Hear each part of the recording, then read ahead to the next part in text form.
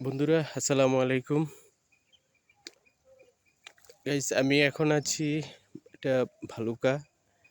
এখানে আমার বাড়ি লতিকুচু এক, যেটা এটার এটা মানে কি বলবো, দুই প্রকারের ফসল আমার এখানে।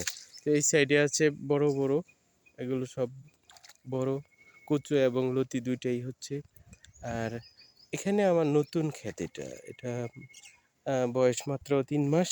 তো এখানে লতি শুরু হয়েছে কিন্তু তেমনভাবে হয় নাই, কারণ আমি এটার ভালো পরিচর্যা করতে পারি নাই, ঘাস হয়ে গেছিল।